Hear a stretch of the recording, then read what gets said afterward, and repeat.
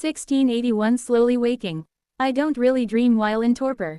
Technically, torpor and sleep are different states, I get that, but still, not dreaming is one of the few things that I haven't really gotten used to in my new life.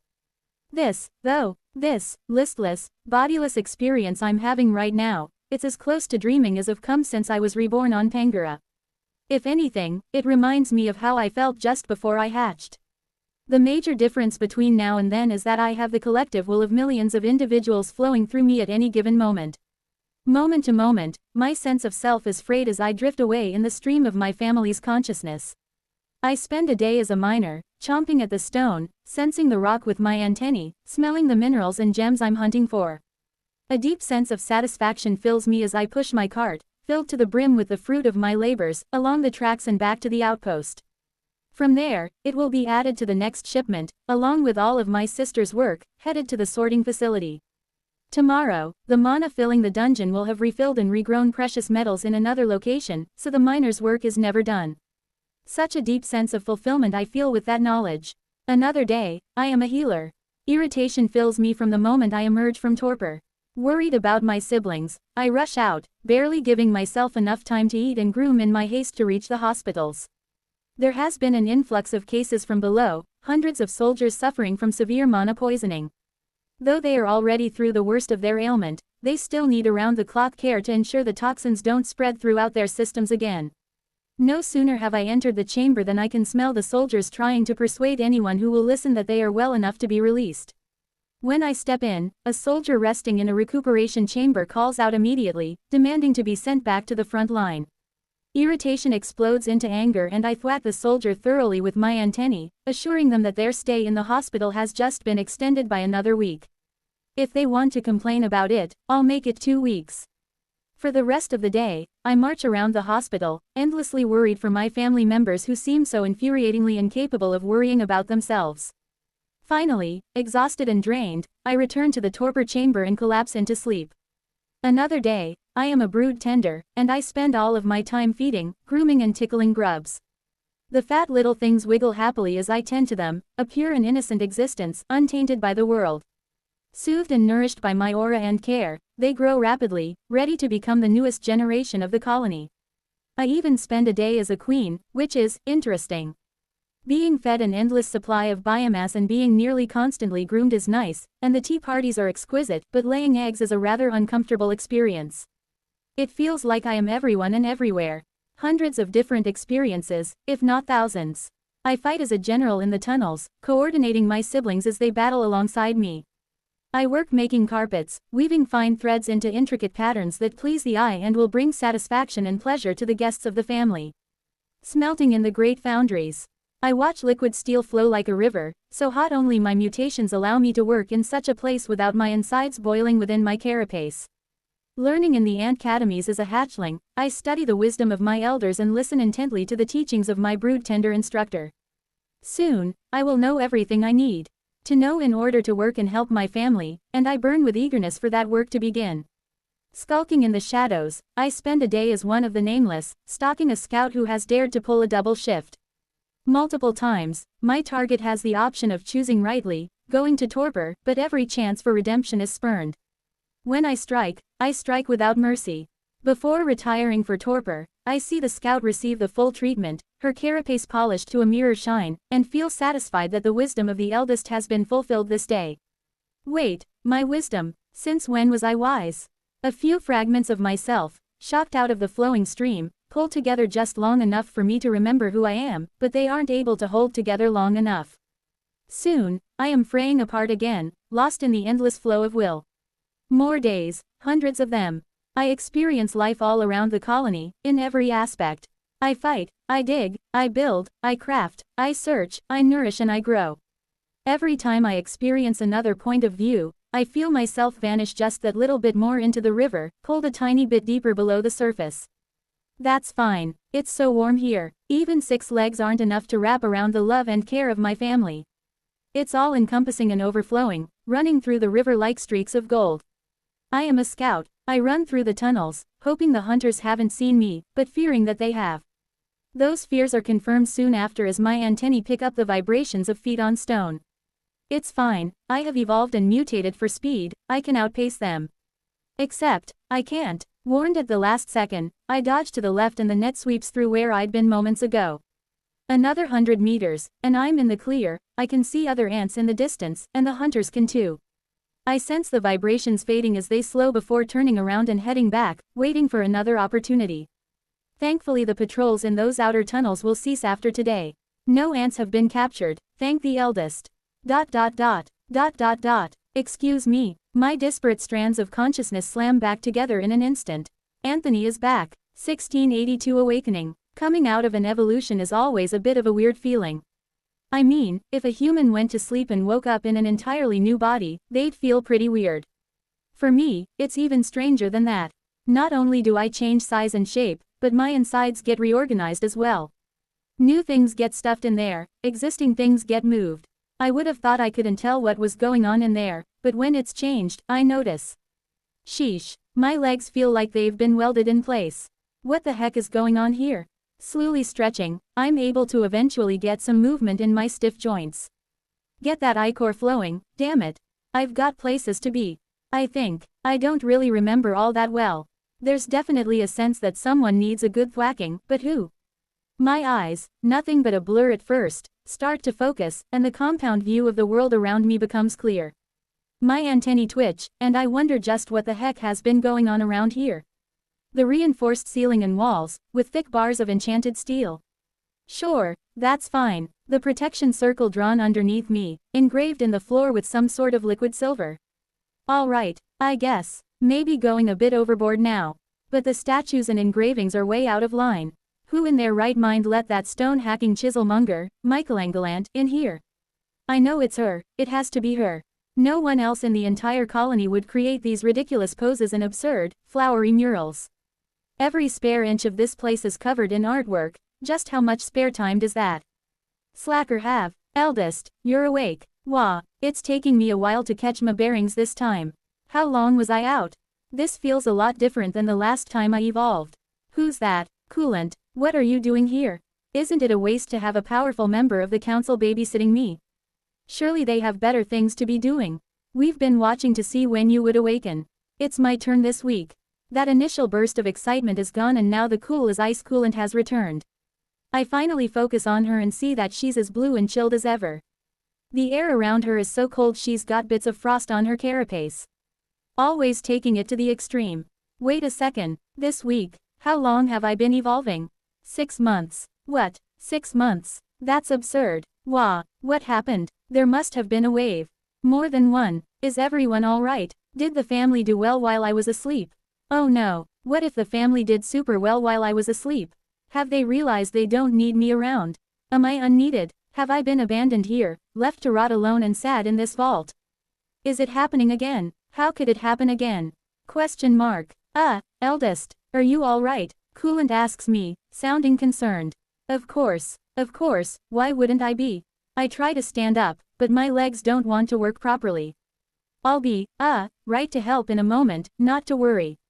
Coolant extends a leg and places it on my carapace. Eldest, take your time. You've been asleep for months, and your body has gone through a lot of changes. There's no rush. The council will come to see you as soon as they realize you've woken up, but it will take them some time to arrive. You can take a few days to get used to your new self. A few days? I'm sure they're too busy to come and see me. There must be a ton of things going on. Of course they're busy, but everyone has been waiting for you to wake up.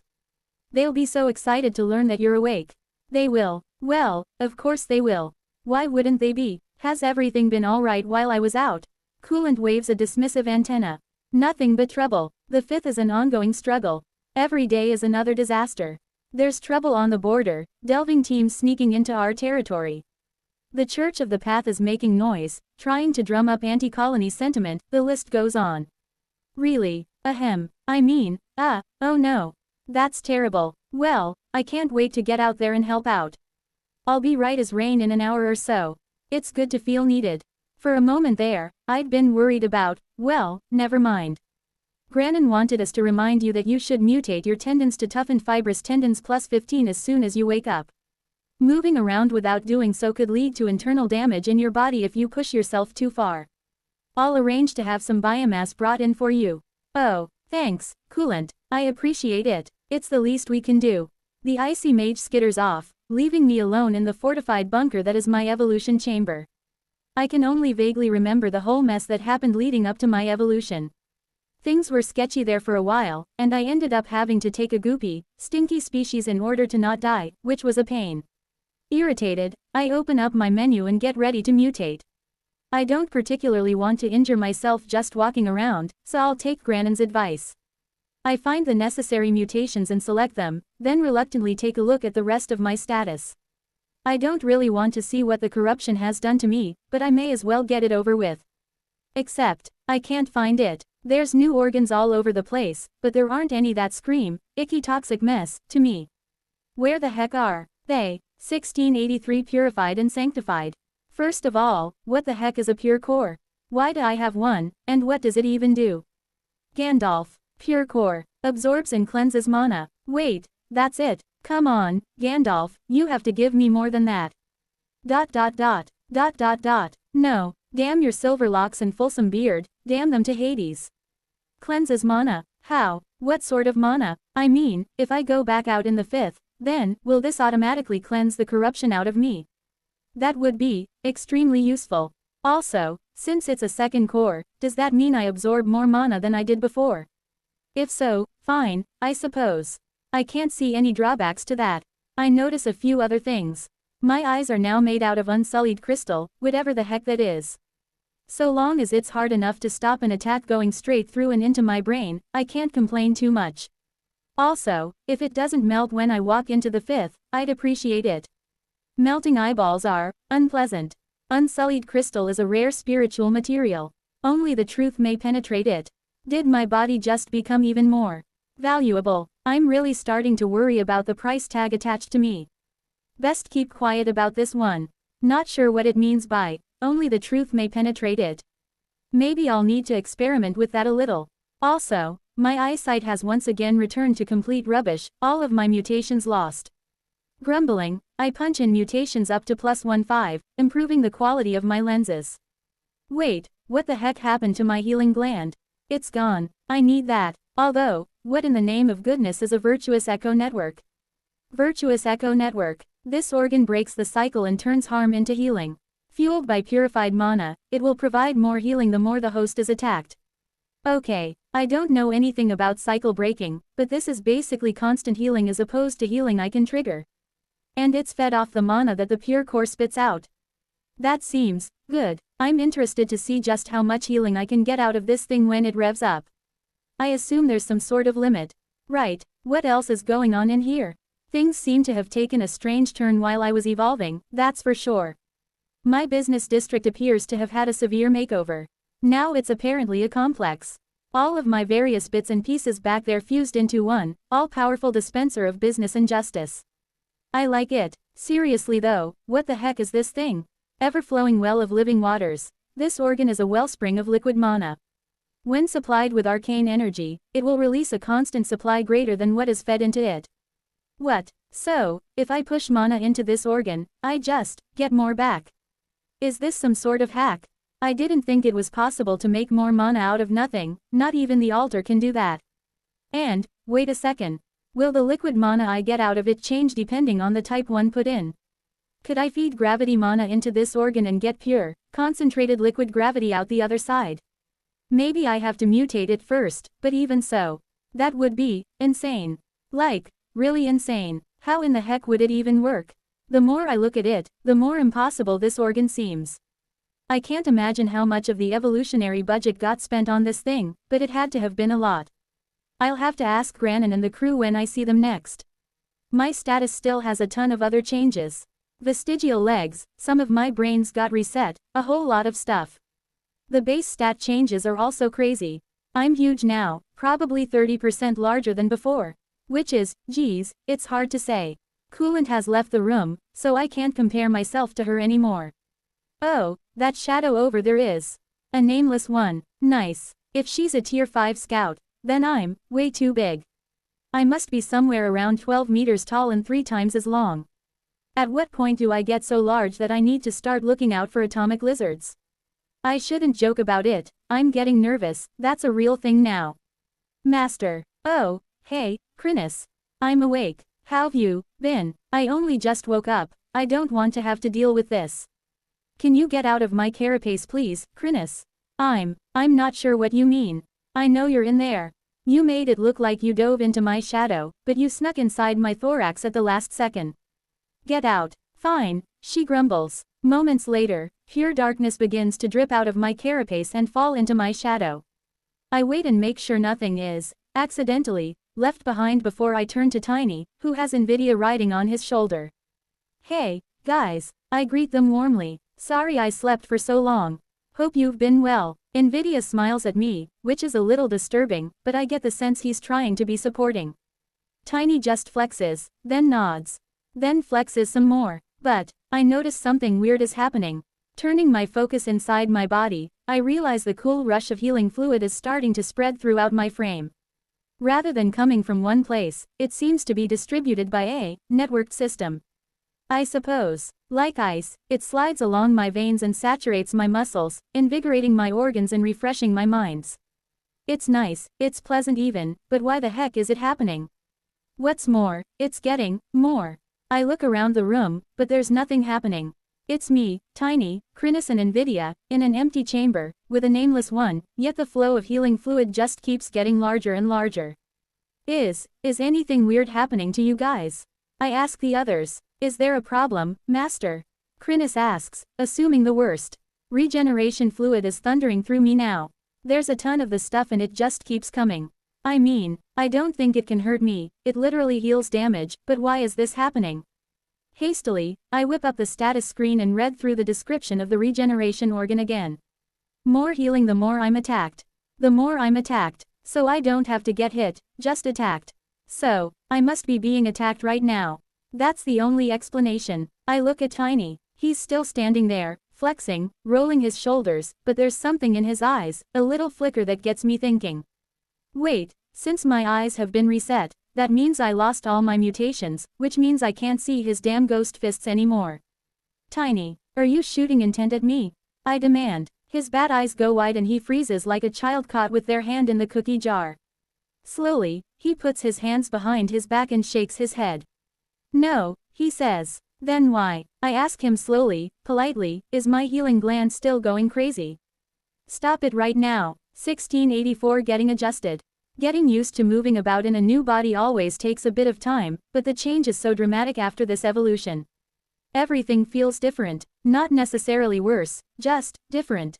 Even moving my legs around feels a little off, as if the muscles are pulling from different angles than they did before. Tiny, Chrysalis and Nvidia keep me company as I confirm my initial wave of mutations, roll around kicking, then collect myself before going back to moving about slowly. As always, I'm forced to admit that Granon certainly knows what he's talking about. Mutating the tendons immediately makes me feel more comfortable as I start to take a few steps here and there. My limbs feel like they aren't pulling and twanging so much. Just how much punishment was I doing to myself without really noticing? Luckily, I don't trip over much as I start walking laps around the chamber. It'll be days before I'm in full control of myself, I'm sure of it. I do take the opportunity to lord over Tiny just how much larger than him I am. Looking a little small and underdeveloped there, Tiny, my old mate. Have you been skipping upper body day? Just no mass on you, no mass at all. Can we get this gorilla some protein? For his part, my first pet sulks while shooting me, looks as if to say that he'll be so much larger than me when he next evolves. I'm sure he will be, well, he'll definitely be taller, and likely pile on as much muscle as he possibly can. You dense bat-faced ape. You're already large enough to bench press a house, how much bigger do you need to get? There's no doubt that Tiny will continue to make himself physically stronger until he can punch a hole in the universe. After wandering around, I try to pick up the speed a bit and execute some small dashes, which results in me slamming directly into the wall. Normally, that wouldn't be such a big deal, and I didn't expect it to be now, but the wall cracks and I feel the room around me tremble as if it were struck with a mighty hammer. There are cracks in the ceiling. What the heck? Warily, I back up and check the spot I hit, only to find the highly reinforced and condensed stone has been pulverized. If I'd hit it any harder I would have smashed through the wall entirely and fallen through on the other side. Just how big am I? Not even size, How much do I weigh? More than that, how strong am I? Tier 8 is shaping up to be no joke. A part of me is quite excited to head into the dungeon and see just how well I shape up against the monsters out there. Being sensible, though, I know it'll be at least a few days before I'm ready to fight. I carefully back away from the wall, sweep a few fallen rocks into the shadows, then resume my slow circles of the chamber. If anyone asks, I'll push the blame onto Tiny. After a half hour, Granin and his triad burst into the room at a dead run, an intense look on his face. I'm sure he has something important to say, but before he can get anything out, I spin the mind bridge together and start laughing at him. You look so small, Granin. Gwahahaha, look at the tiny little rock people. I reach out with one delicate antenna and start prodding him. You're like little toys for children. Dance, little Golgari, dance. As much as he'd like to shove my antennae away, it's more like a battering ram than the tiny little twig it was when I was a tier 1. Granin endures my prodding for a moment before he swings a compact punch and smacks the offending appendage away. Stop that, he snaps, glaring up at me. Ouch, my antennae are still sensitive, it seems. That stung. Ah, sorry about that, I apologize awkwardly. I don't know what came over me. In reality, I'm well aware of what came over me. Even now they look like adorable little toy people rather than real ones. I shall have to resist the urge to treat them like toys. But still, they're like little grubs, teeny little baby people. Being this large is already going to my head. This is clearly going to be a problem. A moment later, I'm struck by a horrible thought. There's no way I can fit inside the brood chambers right now. And I'm too big, too strong, the tenders won't let me play with the grubs, absolutely no way. This is a disaster. There has to be a solution. Maybe I can de-evolve. Maybe I can shrink myself with magic somehow. There has to be a way, there has to be. Anthony, Granin asks, are you alright? He's looking at me with concern, but I don't have time for that, there are serious matters that I need to address. This whole evolution has taken a disastrous turn. Without grubs, without tickles, what's the point? Can I negotiate with the tenders? Demonstrate I can be gentle enough to play with the grubs? No, they won't take any risks, I'm sure of it. They're going to ban me from the brood chambers, no doubt about it. Arg, I'm filled with despair, wounded deep in my heart, I teeter to the side and collapse to the ground with an earth-shaking crash. Nearly knocked off his feet, Granin rushed to my side, pressing his hands against my carapace. Anthony, talk to me, are you alright? What's wrong with you? Ah, if only I could weep, he would then know of the suffering I feel. Granin, I say, is there any chance? I can roll you around on the ground like you were a grub. Granin frowns. I think the toxin must have driven him mad. 1685 well designed. I'm sure you'll be able to work something out, Granin grumbles, clearly irritated. Can you worry about this later? There are more important. What are you even saying? There is nothing more important than tickle time. The Golgari shaper rolls his eyes then sighs heavily. Anthony, you've been asleep for 6 months. Can you shut up about grubs for 5 minutes so we can talk about what happened when you evolved? I can't help but feel like you're dismissing my suffering, Granin. You poked me like I was an infant a moment ago. You owe me. ... Fine, you have 5 minutes. After that, I want to launch into an in-depth analysis of all the ways I can be made smaller, gentler using multi-dimensional mana techniques. I'm telling you, this is going to be a major feature of the next evolution. Make sure you don't forget. Grub tickling is what I live for, damn it. Yes, fine. Now shut up. We monitored you as best we could throughout the process, and as far as we can tell, every trace of the toxin was absorbed by your new organs. How are you feeling? Can you sense any traces of contamination? Corin and Torina have joined the conversation, and they look equally concerned, staring up at me with worried faces. Tiny little faces. Focus, Anthony. This is serious-ish business. I perform a thorough internal check, but just as I suspected, there's nothing there. Not a speck of corruption to be found, I inform the 3 shapers. In fact, my organs aren't anything like what I expected. They're all purity, this, and cleansed, that. What the heck happened? I can still hardly believe what happened myself.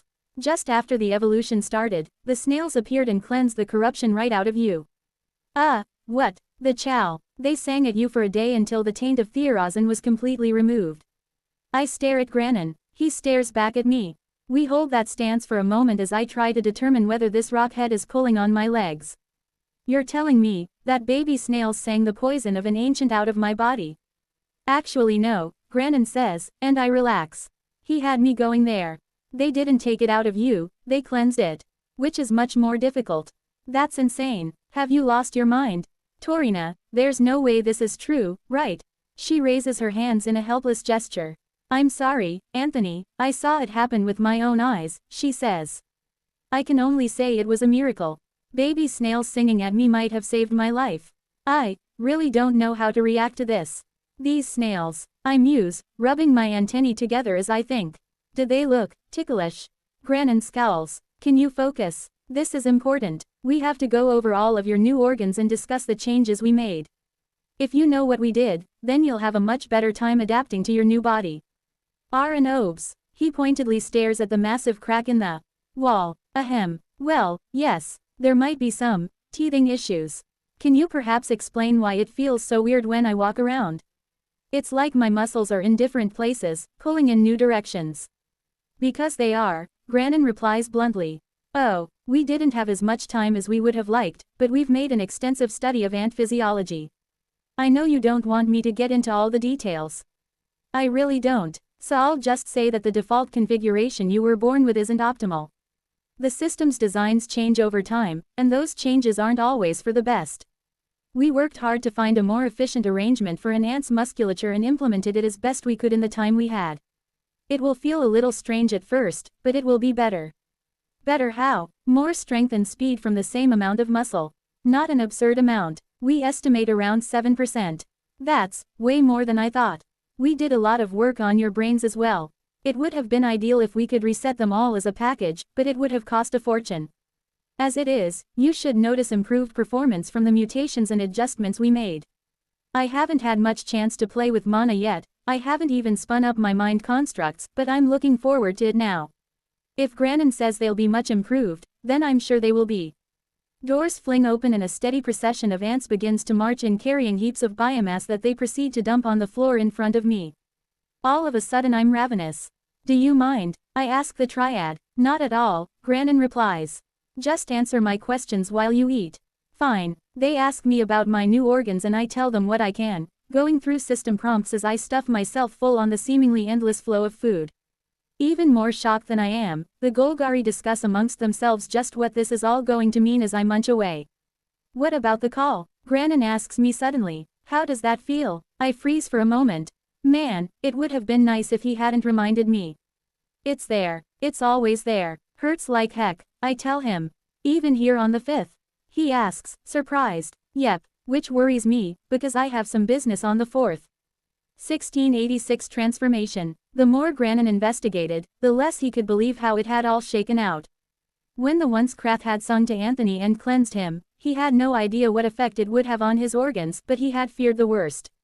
Perhaps they would be twisted and ruined by the mangling of the mana going into them, different alignments clashing and turning expensive evolutionary purchases into useless lumps of meat without purpose. Or perhaps they would be able to serve their intended function, but weaker than before, a loss of evolutionary potential that would cost Anthony dearly now and in the future. Studying Anthony throughout his long slumber had assured Grannon that at least all of the new components were well formed within Anthony's body, with no obvious flaws. Yet, they were such complex, high-tier organs and materials, he had no idea if they would still function as intended. So you've tested your healing organ? Grannon demanded. How? The now truly giant ant turned to glare at Tiny, who was busy shadowboxing in the side of the chamber. It's his fault, Anthony declared. Grannon was confused. Tiny attacked you? He asked. What? No. Well, sort of. Let's go with yes. Grannon pinched his brow. Why couldn't it just be simple? It was never simple with this ant. Can you explain it to me? Because this makes no sense at all. Look, Tiny is enthusiastic about punching stuff. Very enthusiastic. He shoots out fists of intent at everything he sees. Rocks, trees, ants. Himself a few times when he caught his reflection, food, water, cups of tea, everything. I'm no exception. As a shaper, Grannon was no expert on intent. He was a mage and that sort of thing was the realm of the warriors, but he understood the gist of it. So, Tiny threw out his intention to hit you, and your organ triggered as a result. Did it ever? Anthony snorted. I had so much regeneration fluid running through me I thought I'd pop. That isn't possible, is it? It shouldn't be, Corin frowned. Excess regeneration fluid is usually reabsorbed by the muscles and then collected back in the organ it came from. It seems as though the propagating effect of the original organ design hasn't been affected at all, Torina remarked. That's surprising. It certainly was. The main feature of the Ancient's toxin, and what made it so deadly, was its ability to consume other forms of energy and make more of itself. Anthony's new regeneration network functioned along the same lines, producing an exponentially increasing amount of healing fluid, gathering speed and power like a boulder rolling down a mountain. They had all expected this property to be lost in the cleansing, but apparently not. And how was your fatigue afterwards? Grannon asked. What fatigue? Anthony replied. Grannon frowned. He was always frowning around this damned insect. Producing that sort of quantity of healing fluid in such a short span should have been exhausting. How tired did you get? Monster organs were quite literally magical things, but they still were made of cells that needed energy. Grannon, hello, I'm pretty sure I've explained this to you before, I don't get tired. Grannon turned to look at Torina and Corin, who both looked back with raised brows. You weren't tired in the least. Grannon, I'm surrounded by like 2 million ants. Tiny could have thrown ghost fists at me all day long, I'm not going to get tired. The Shaper nodded slowly, containing himself. Well, I think that new regeneration organ is going to work out just fine. That was one way of phrasing it. Among the cultists, they would probably call it completely broken. Corin and Torina certainly realized it as well. They glanced at each other a few times, eyes slightly wide, not blinking. Neither said anything, thank goodness. If Anthony realized what this meant, he might get carried away. Better for him to learn the limits of it for himself. What about the well of corruption? How did that turn out? Grannon asked, moving the conversation along. Oh, that. Apparently it spits out liquid mana now. Pretty handy. It does what? I guess it does that propagating thing you talked about. It takes in mana, then makes more of the stuff. If I push in mana, it spits out liquid mana. I haven't tried it yet, thought I should figure out how to walk properly before, creating liquefied arcane power. Grannon gave a jerking nod. Seems smart, he said, his thoughts slightly strangled. Liquid mana, just how strong was this propagation effect? And with that sort of mana available within himself, the organ hadn't even been mutated yet. Could he make his own special brand of mana with it? If so, the results could be very, very dangerous indeed. Grannon had a ball of excitement in his stomach, bouncing and rolling about while Anthony continued to complain about this and that. Despite everything that had happened, he'd come out of this evolution just fine.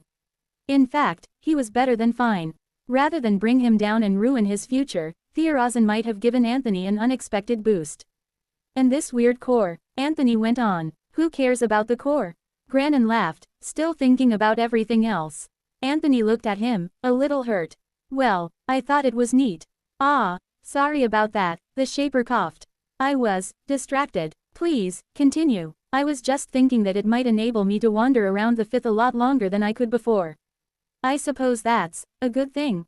Not for the Krath, it isn't, the ant said darkly, clacking his enormous mandibles together. 1687 Final Assessment. It was difficult for Grannon to curtail his growing excitement.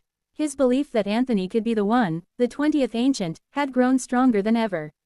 As if it were destined to be, the poison of Theorazin, which looked like it would cripple his potential, had been miraculously turned to his advantage. With the power of an ancient already coursing through him, but none of the toxic downsides, Anthony would be a powerhouse in the 8th tier, a monster that few could contend with. Even the 6th stratum might not be enough to hold him at this point. What about your acid complex? Have you tested it? He asked, trying to mask his enthusiasm. Something about the way the giant ant looked at him said that Anthony may well have picked up on how Grannon was actually feeling. Turning his head, he realized Corin was grinning broadly from ear to ear. That idiot, why was he tapping his toes in that jaunty rhythm? Grannon glared at his student until he finally noticed, growing still and sliding his feet back together, looking conspicuously guilty. Torina shook her head and rolled her eyes. She, at least, was a mask of cool professionalism. Or was she? Eyes narrowing, the Shaper examined his student closely. Was there? Perhaps, there was. Torina wasn't quite able to contain a tiny happy wiggle, the slightest movement of her shoulders and hips that gave away her inner state. Grannon, Anthony said. Ahem. What? he replied, spinning back to face the monster. Stop glaring at your students. It's not their fault, look at yourself. If you had a tail, it'd be wagging. Coughing loudly to cover his embarrassment, Granon tried to discipline himself. Can we, please, talk about your acid complex? Fine, Anthony snorted. Although, it would have been much better if it could have been called a district. Was there a fusion option like that? I think there was, actually, Granon mused. Damn it. Ah well, I suppose my business district has been upgraded to my industrial complex. I haven't tried it yet, I don't particularly want to fill the chamber with acid and acrid smoke. Why do you ask, is there something special about it? The acid fusion drew in a great deal of Theorazin's energy, so I believe it will have a powerful effect. Not to mention, the fusion of so many organs should result in something powerful. Even more reason not to go blasting it around inside the nest. I'm sure I'll get out in the tunnels at some point soon. I'll report back if you're worried about it. I'm not worried about it, Granon grunted, I'm just excited as a little puppy to see how it all works out. I know. Damn it, Anthony. Ah look, he's getting embarrassed. If you try and poke me with your antenna again, I'll electrocute it. Ah, I would never. How dare you insinuate such a thing? Despite his protestations, Granon could quite clearly see the giant pole of an antenna that had been sneaking in his direction. This ant had grown to a truly monstrous size, beyond anything Granon had worked with before. There would be many tunnels Anthony simply wouldn't fit in anymore, and most of the colony's nests would be off limits to him now. Granon was a regular size for a Golgari, a little shy of 8 feet tall, yet Anthony towered over him, 4 times his size. Considering an ant was much longer than they were tall, the sheer size of him was intimidating. How much he might weigh now? Granon had no clear idea. 100 tons. More. Considering the sheer mass of his compressed diamond coating, it could be a lot more. Ran Obes, how are your legs feeling? Granon asked. They were reforged with graviton splinters. We didn't fully understand them, but the description said they were resistant to the forces of gravity, or something to that effect.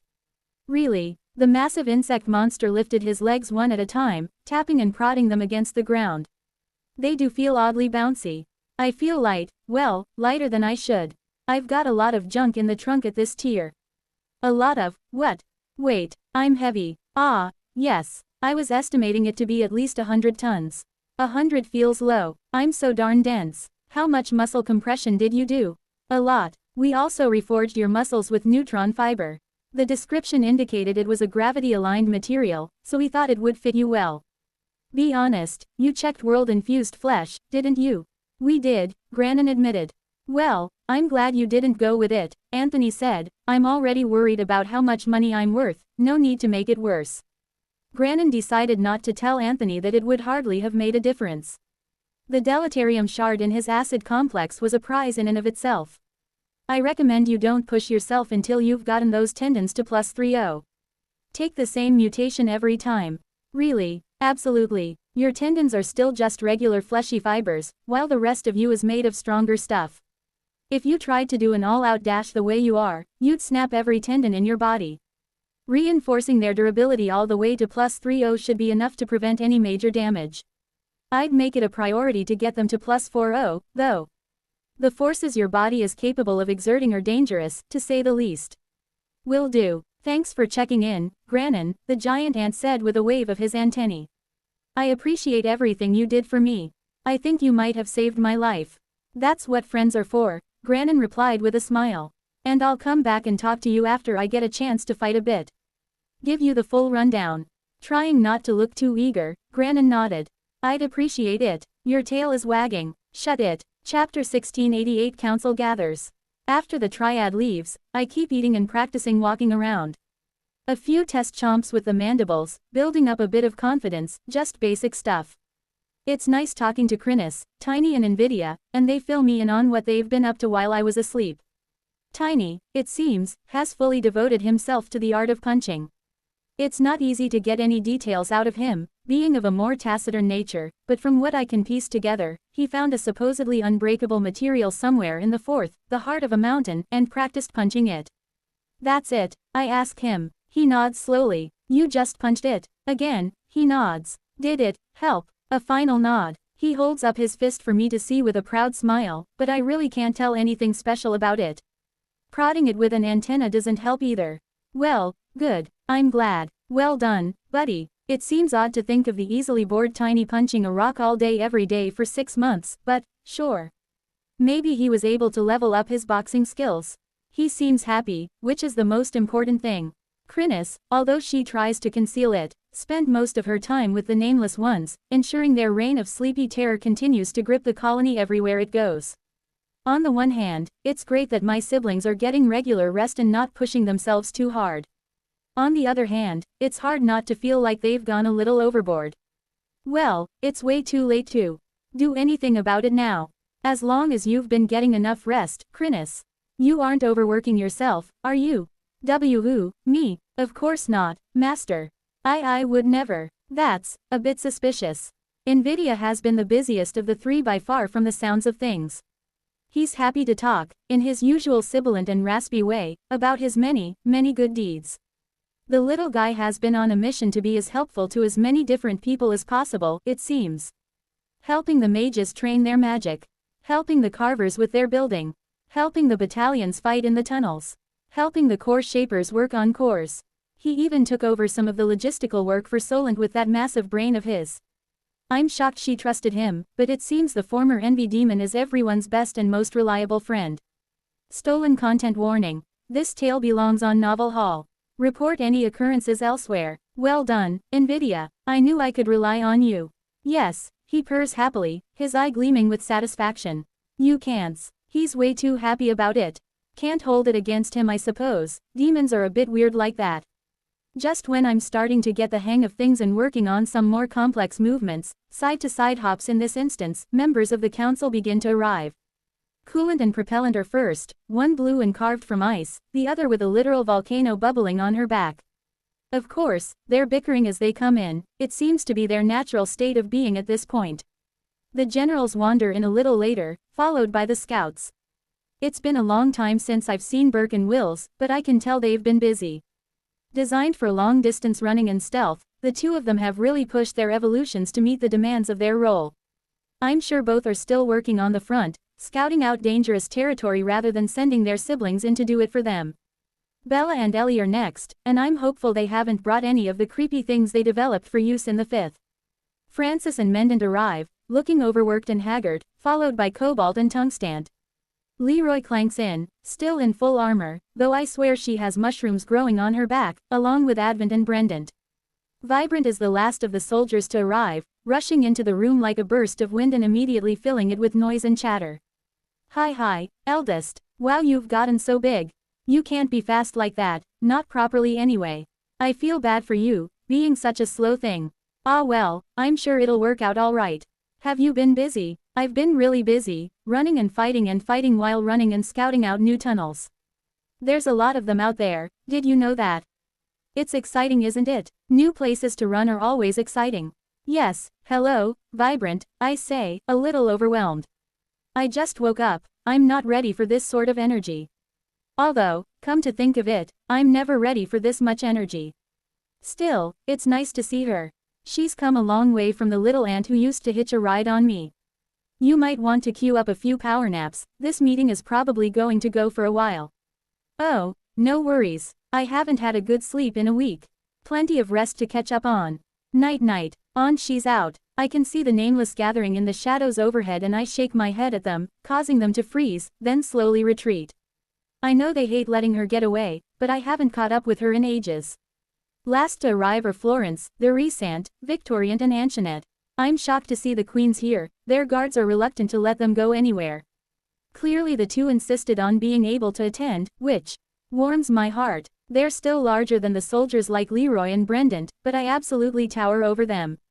Hey there, everyone, I say, greeting them all as they come in.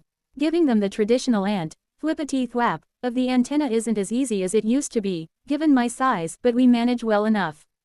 Finding space in the chamber, everyone gathers around and starts chatting.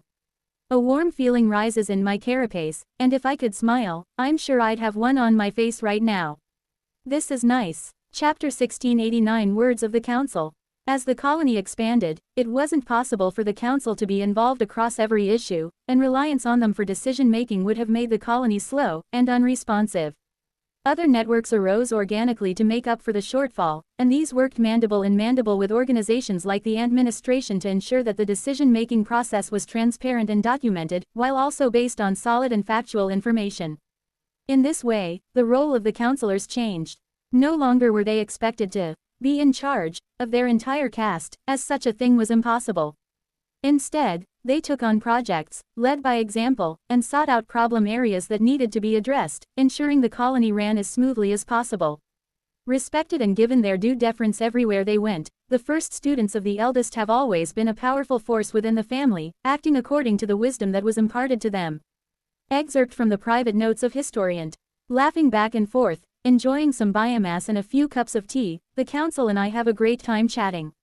They all congratulate me on making it through my evolution, which is rather nice of them, and I thank them all for their hard work for the family. Only after reminiscing, and threatening to thwack them, did they finally concede and start telling me what's been going on around the colony. Solent has been pushing hard out in the tunnels, Sloane says. There's been 2 waves since you went to sleep, eldest, and she used them the same way as before, stockpiling huge reserves of liquid mana to cleanse hearts. The second time around, the Krath still didn't realize what was happening, and 3 hearts were taken. Last time around, they realized the danger and fought like heck to prevent it. Sounds about right. There weren't any surviving Krath after the initial invasion, so they wouldn't have realized Solent's strategy at first. Clearly they figured it out, though. How many hearts did she get after the last wave? I ask. I'm worried it was none. 11, Sloane tells me. She was probably disappointed, but I have to admit she was brilliant in her tactical and strategic execution. Outwitting the Krath is anything but easy. The author's tale has been misappropriated. Report any instances of this story on Amazon. 11. Holy moly. If we keep extending down, I wonder how many we need to get through to establish a route to the 6th. If we pull that off, the entire world will sit up and take notice. I mean, our achievements so far are already enough, but actually creating and holding a safe path will change Pangara forever. That's impressive stuff, I say. So it's going well. The rest of the council flinches. I'm not sure I'd say that. Tungstand equivocates. The invasion of the 5th is sucking up everything the colony can produce, Burke tells me bluntly. The vast majority of new graduates go there. Our metals, the biomass needed to support that many ants, it's putting other areas of the family at risk. Oh, that's not good. They relax when they hear me say this, and I can only imagine it must have been tough for them. Telling Solent she couldn't have what she wanted would have put the invasion at risk, but letting her have it has caused problems everywhere else. I can see how they would be reluctant to make the call. Well, I'm pretty sure I can fix this problem, I tell them. How? Victor asks. Are you going to limit the supplies to the 5th? What? No, I'm going to go down there and win the war. Once we conquer the place, we won't need to worry, right? At least conquer a chunk of it. With the Krath weakened, I'm sure there are other empires in the 4th who would love to take a slice out of the slugs. Besides, I say, turning to the Rhysand and Florence, don't we have these super powerful cleansing snails on our side? Are they helping the invasion? Absolutely not. The Rhysand declares hotly while Florence tries to shush her. They're just children, eldest. Hatchlings. She seems very passionate about this. I look to Florence for an explanation. Solent has been asking for them to help the Woofers for some time, she says apologetically. The Rhysand, and me, she declares quickly when her sister glares at her. The 2 of us have been reluctant to let the Chow out. They aren't monsters, so their growth cycle is much longer than ours. Despite showing unusual wisdom and intelligence for such young beings, they aren't ready for the horrors of the 5th. I'm not sure about that, I say. If they can sing the poison of Theorazin out of me, they can sure as heck sing it out of a tunnel. I might drop in and have a look at them myself.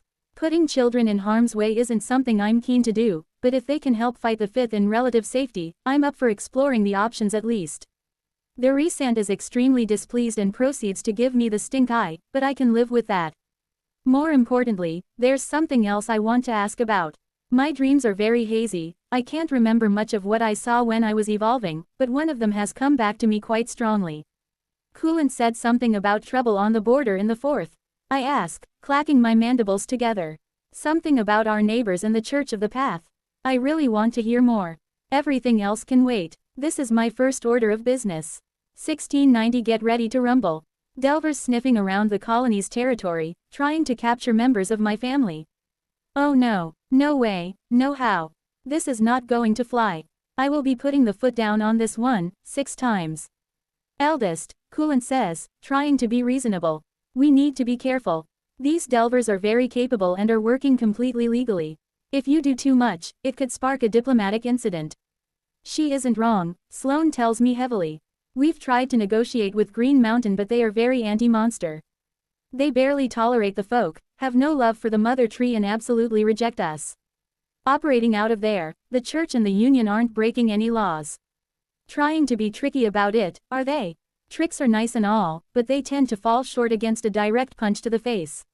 Still, I understand what they're driving at. The colony is pouring all of its efforts and resources into battling the Fifth. If we get pulled into another war, it'll be a disaster. Even as strong as I am, I can't be in 2 places at once. Fighting against Green Mountain will also give an excuse to anyone else who wants a slice of the colony to jump in the fray. The Church of the Path has been busy whispering and poking, promising elixir and wealth to anyone who will listen, I'm sure of it. From the sounds of things, our trade deals and the wealth being generated are enough to satisfy the greedy for the time being, but who knows how many would join in a crusade to wipe out the colony. Don't worry, I won't cross the line. All we need to do is convince the Delvers it isn't worth their time, right? I can do that. Gway hey hey hey hey. Despite keeping my evil laughter strictly internal, the other members of the council shoot me disbelieving and resigned looks. Hey, I'm more reliable than you think. Probably. I'm sure I can find a way to vent my anger, keep my family safe and not start any wars. How hard could it be? The members of the council are busy ants, and as much as I would like to chat to them all day, they have places to be. In fact, they have a lot of places to be. Most of them moved closer to my evolution chamber so they could be around if any problems came up, which means the top 3 strata have been without their presence for months on end. We talk for a few more hours, and it's lovely to hear news on how they've all been going while I slept. Remembering when these whippersnappers were just little hatchlings and I had to try and teach them not to throw their lives away gives me the warm and fuzzies. Those were simpler times. They've certainly come a long way since then. The whole family has come a long way since then. Eventually they all say their farewells and head out of the chamber, leaving me, Tiny, Chrysalis and Nvidia behind. The biomass has been eaten and I'm feeling fairly full, but I can't be slobbing about and napping when there's so much to do. I need to get the hang of my new body as soon as I can and get out there so I can fix a few things. To do that, I'm going to need a little help. Alright, gang, time for the crash course. I need you guys to speed me up a bit. How are we doing that, Master? Chrysalis asks, while Tiny turns towards me, raising his fist. Yes, Tiny has the right idea. For once, the best way to get used to fighting in my new body is to start fighting in my new body. Rather than do it out in the tunnels, you guys can throw a few punches and keep things nice and safe while I get warmed up. I turn to Nvidia. You can help me by fighting for control over ambient mana with me, give my brains a workout. Start slow, then ramp it up over time. Eventually I'll get a handle on what my minds can handle now. I'm not so sure about this, Master. Well, that's too bad, Chrysalis. I order you to attack me, gently. I've seen what Chrysalis can do when she gets serious. I do not want to see how well my carapace holds up against the buzzsaw tentacles. Not needing to be told twice, Tiny is up and bouncing on his heels, throwing a few shadow punches to warm up his arms, and there is a definite fire in his eyes. Go easy to start with, Tiny, I warn him. I'm not used to my body. Why? Wham! Ouch! What the heck? I don't even see the punch coming before it slams into my carapace. Those fists are hard. Grinning ear to ear, Tiny is dancing about on his feet, ready for the next one. RANES. Paying attention now, I notice when my antennae start tingling, my future sight giving me a warning of the coming strike. Rather than fully dodge, I angle my body just so. Expecting to connect head-on, Tiny's fist glances off this time, causing him to frown and grunt with disappointment. Ha, didn't see that coming, did you? My brains are spinning up, mind constructs taking shape and starting to take hold of the mana around me. As soon as he senses it, Nvidia starts to fight me for control, exerting pressure and bringing his enormously powerful mind to bear. Meanwhile, Chrysalis is tickling me on the leg. Chrysalis, why yes, I sigh, we need to work on this.